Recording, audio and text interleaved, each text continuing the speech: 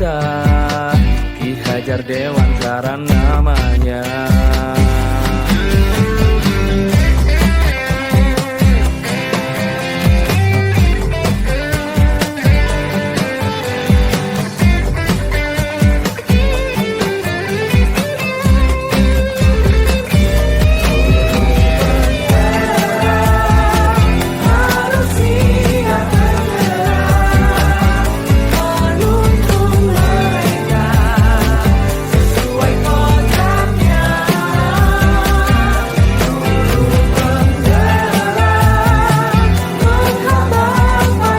Assalamualaikum.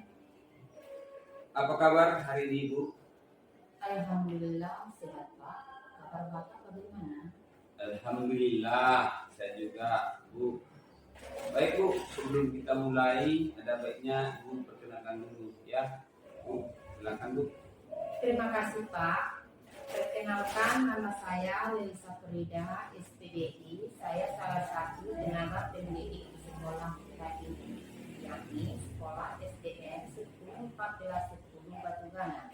Kebetulan saya diberikan tugas oleh kepala sekolah sebagai guru kelas 4 dan lama saya di sekolah ini sudah mengajar kurang lebih 18 tahun. Cukup sekian perkenalannya saya kembalikan kepada Bapak. Terima kasih atas perkenalannya, Bu. Ibu Lili, Ya, Pak. berapa hari yang lewat kan kita sudah berkomunikasikan, Bu, Iya, Pak. bahwa saya akan melakukan observasi di kelas atau supervisi, dan saya sangat bersyukur ya, Bu, Ibu menerimanya dengan senang hati. Jadi observasi atau supervisi akan kita lakukan. Ini kita akan lakukan dalam 3 tahap, Pak. yaitu tahap pertama adalah pra-observasi. Yang kedua adalah observasi atau supervisi. Dan yang terakhir, Bu, tahap yang ketiga adalah pasca observasi. Jadi, Bu, kali ini kita akan melakukan tahap pra-observasi, ya, Bu, di mana harapan atau tujuan kita hari ini adalah memastikan pembelajaran yang berpihak pada murid sebagaimana tertuang dalam standar proses pada standar nasional pendidikan, pengembangan kompetensi diri dalam setiap pendidik di sekolah, perbaikan dan pengembangan diri guru.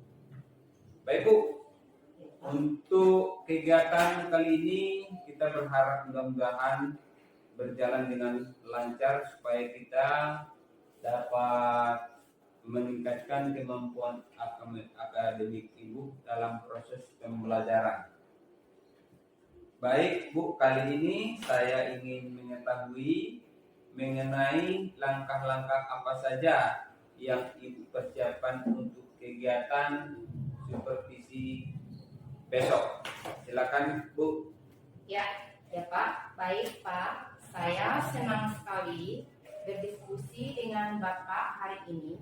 Semoga dalam kegiatan ini saya dapat meningkatkan kompetensi sebagai guru di sekolah ini, dan saya berharap nantinya bisa mengetahui bagaimana cara mengimplementasikan pembelajaran diferensiasi dan pembelajaran sosial emosional. Jadi kali ini saya akan berdiskusi dengan Bapak bagaimana menyusun RPP untuk proses pembelajaran di kelas saya yang akan saya terapkan besok, Pak. Oh, begitu. Jadi tujuan kita sama ya, Bu, sama-sama mendiskusikan agar proses supervisi yang akan kita lakukan besok berjalan dengan lancar. Ya, Pak. Oh ya, Bu, Ya, Pak. kalau boleh saya tahu besok kira-kira memilih materi apa ya, Bu? Mungkin besok saya akan memilih materi bagian tubuh, tumbuhan, dan fungsinya. Baik, terkait dengan materi yang Ibu pilih tadi, tentu ada tujuan pembelajaran yang akan Ibu sampaikan. Jadi, apa kira-kira tujuan pembelajaran yang akan Ibu sampaikan besok? Jadi, tujuan pembelajaran yang akan saya sampaikan besok, Pak, diantaranya: 1. Peserta didik dapat mengidentifikasi bagian-bagian tubuh dari tumbuhan dengan tepat. 2. Peserta didik memahami fungsi dari masing-masing bagian tubuh tumbuhan dengan benar. 3.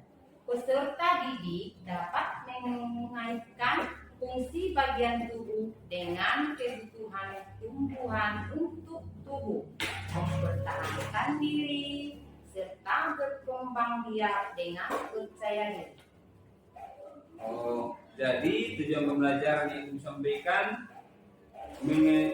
supaya dapat mengidentifikasi bagian-bagian tumbuhan dengan tepat ya. Iya. Kemudian peserta didik bisa memahami fungsi dari masing-masing bagian tubuh tumbuhan dengan benar. Kemudian yang terakhir, mengaitkan fungsi bagian tubuh dengan kebutuhan tumbuhan untuk tumbuhan, mempertahankan diri serta berkembang biak dengan percaya diri. Betul sekali. Ya, baik. Jadi dari tujuan pembelajaran ini, apa yang Ibu kembangkan? Yang akan saya kembangkan adalah saya ingin meningkatkan literasi murid saya. Yang pertama, Pak, di mana harapan saya dengan membaca mereka mampu memahami isi bacaan dan mencatat informasi tentang materi ajar yang akan kami pelajari. Lewat diskusi kelompok, murid saya dapat membuka kolaborasi dan kerjasama. Mungkin itu, Pak. Oke, selain itu apa saja yang akan Ibu persiapkan untuk kegiatan observasi atau supervisi besok? Mungkin saya akan mempersiapkan untuk kegiatan supervisi besok seperti ini, Pak.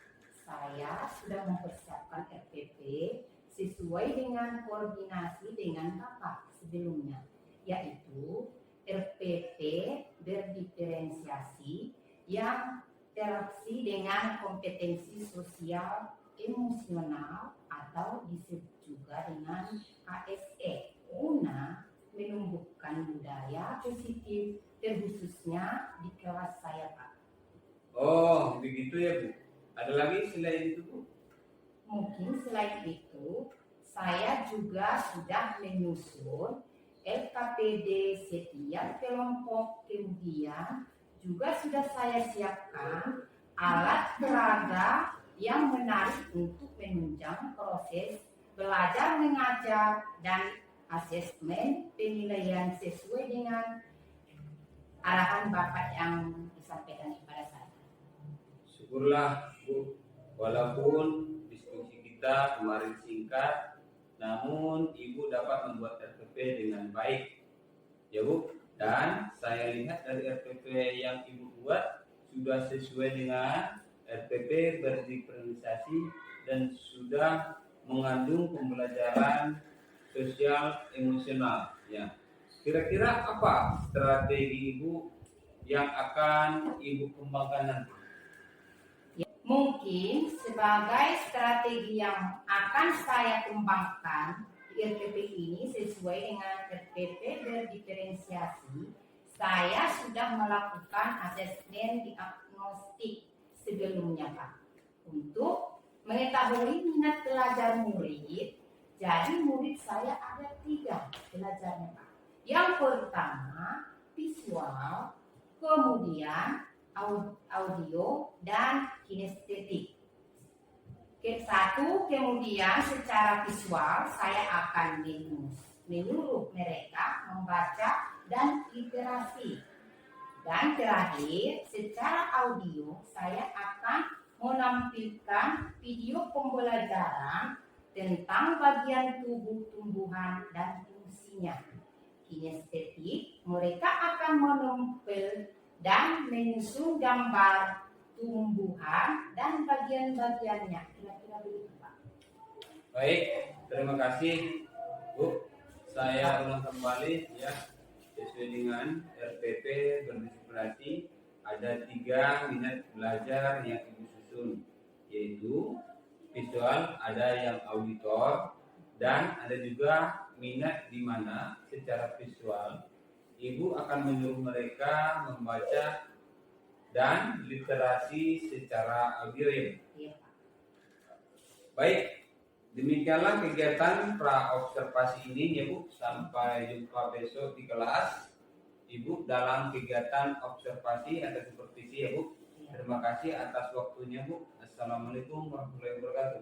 Waalaikumsalam warahmatullahi wabarakatuh. Ambil dulu kamu ya.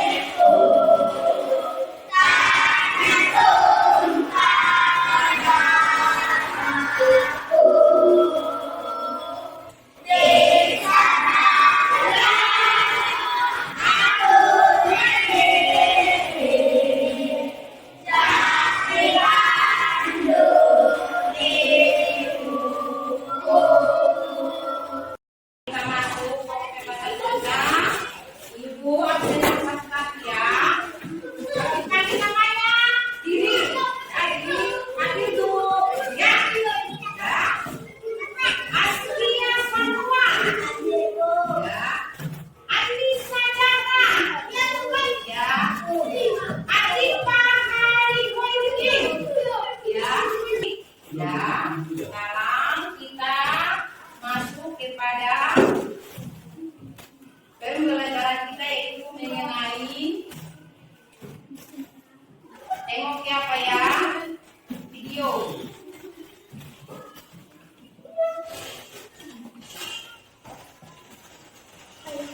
Dan tentang bagian-bagian tumbuhan.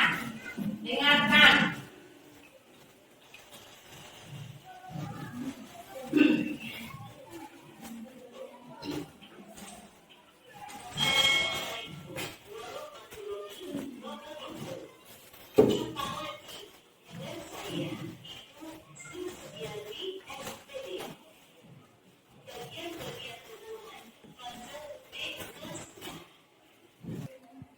Dan tadi sudah menyimak video yaitu bagian-bagian tumbuhan. Sekarang ditanya, apa saja bagian-bagian dari tumbuhan yang tadi kalian simak di video? Ya, coba tepuk tangan. Siapa bisa? Apa? Akar. Nah, masih depan. Mana di sini yang dinamakan dengan akar? Mana? Baru tempel di papan tulis.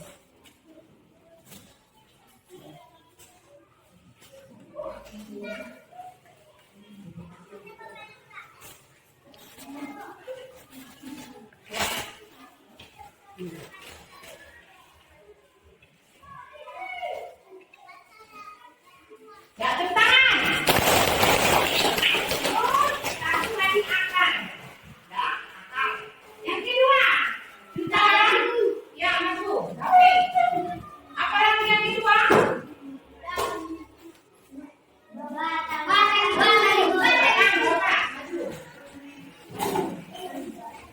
Coba mana di sini dia bernama dengan batang. Batang kalian.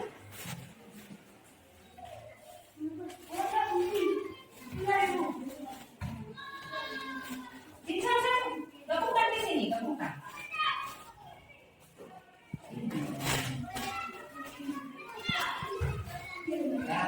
Ya, tengah. Nah, ke sana.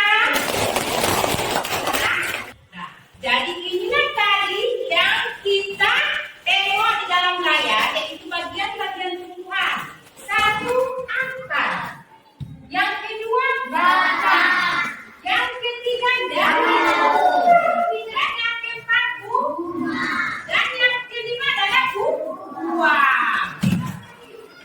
Udah tahu semua? Udah tahu semua?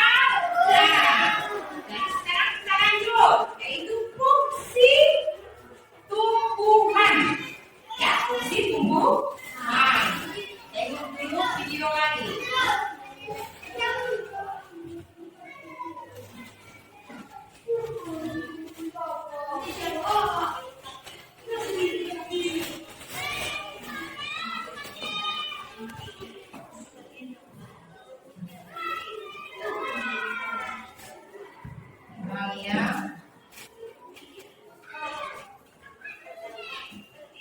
Ya.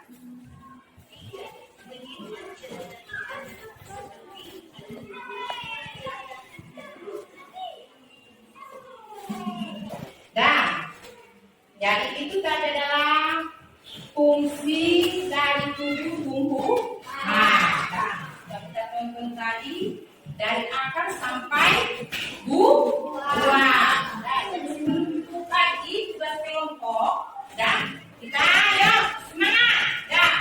Tempo semangat.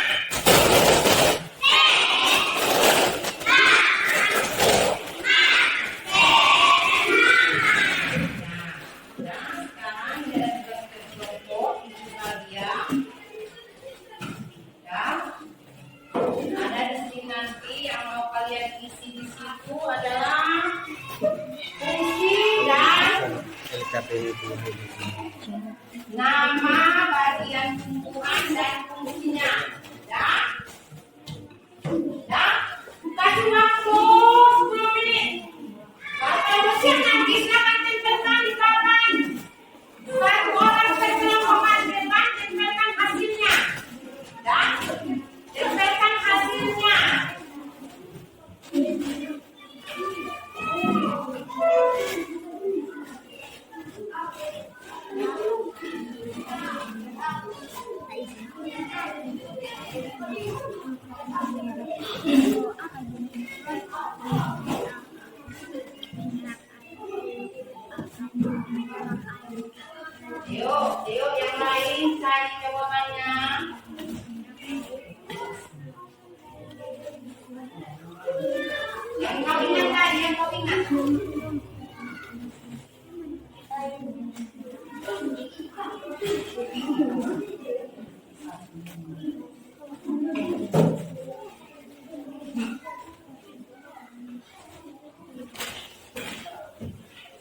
menulis.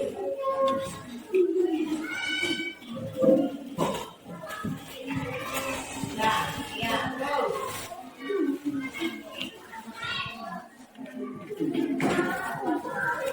Ya, fungsinya satu aja ya. Fungsinya dan setiap bahan satu aja. Fungsinya satu aja.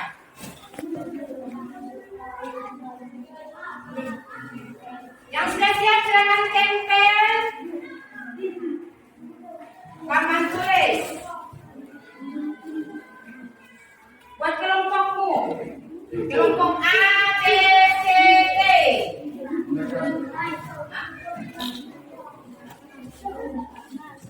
Bapak kita sudah menyampaikan ya. Tapi tempel dulu. Kita tahu nanti siapa yang bagus.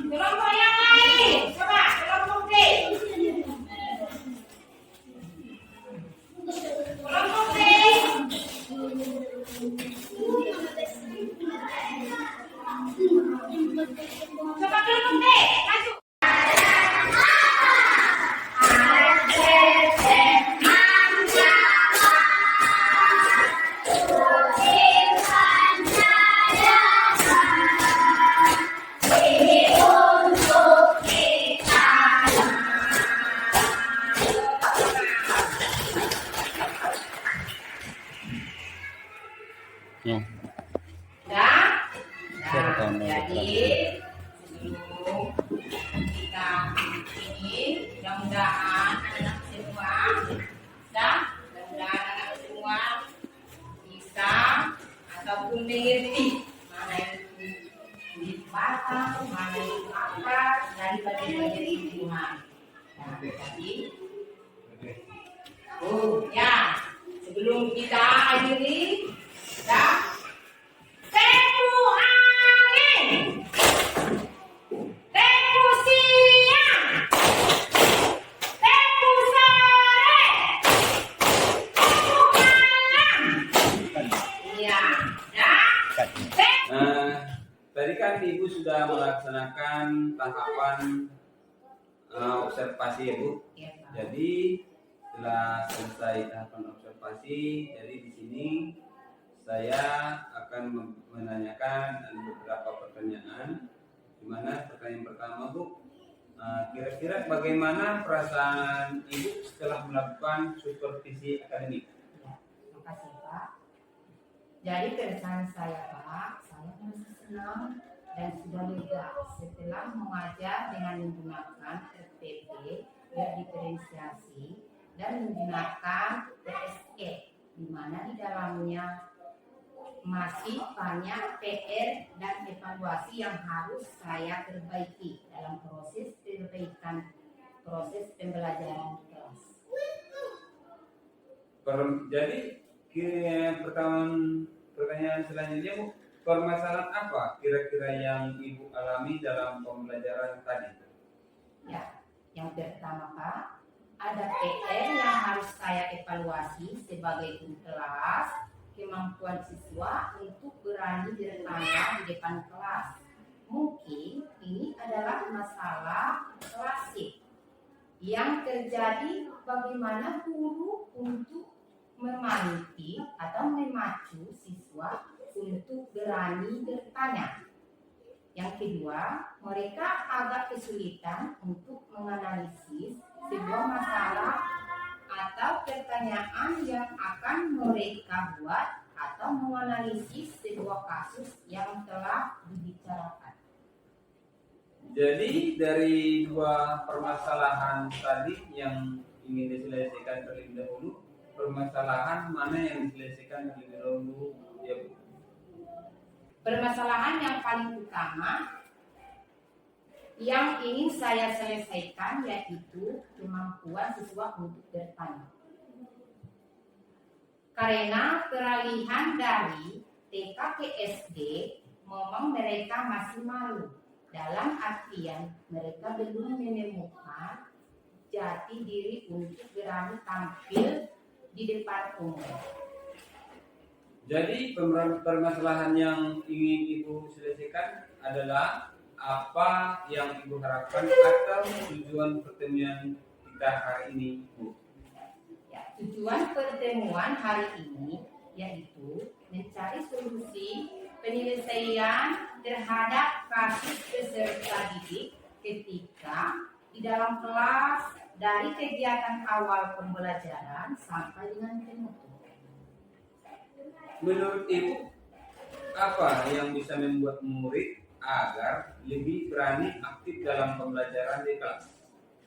Pertama, strategi guru dalam menerapkan pembelajaran yang menarik di kelas, yaitu saya akan menerapkan pembelajaran berdiferensiasi di mana di dalamnya sudah menggunakan pembelajaran sosial emosional atau PSE. Walaupun proses ini memerlukan waktu yang cukup lama, tapi di sini dituntut untuk kolaboratif peserta didik, kemampuan bernalar kritis sesuai profil pelajaran Pancasila, mandiri, gotong royong, dan sebagainya. Yang saya harapkan bukan saja pengetahuan peserta didik, tapi karakter peserta didik.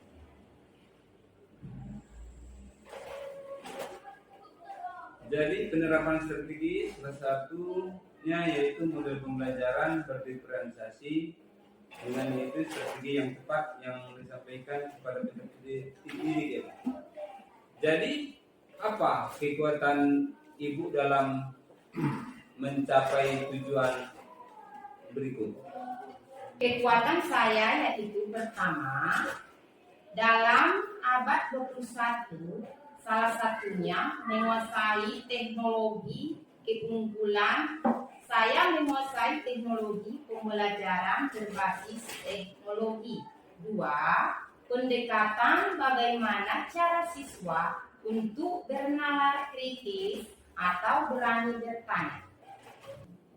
Wow, luar biasa. Kekuatan Ibu tadi disampaikan Ibu memiliki keterampilan menggunakan aplikasi digital dalam menggunakan media digital. Luar biasa, Bu. Kemudian apa rencana Ibu dalam menyelesaikan masalah tersebut? Ya, Pak, rencana saya sesuai dengan materi bagian tubuh, tumbuhan dan fungsinya dituntut. Berarti anak di situ dituntut atau ditantang oleh guru tersebut dengan menentukan berkelompok bervariasi, yaitu dengan kemampuan anak baik itu hip, mid, low. Kemudian kemampuan anak untuk bekerja sama dalam tim mereka. Saya berikan beberapa kasus kerjasama, misalnya dalam lingkungan keluarga seperti apa mereka akan wawancara dan pertanyaan dan temannya, ada kerjasama lingkungan masyarakat, kerjasama dalam lingkungan berbangsa dan bernegara.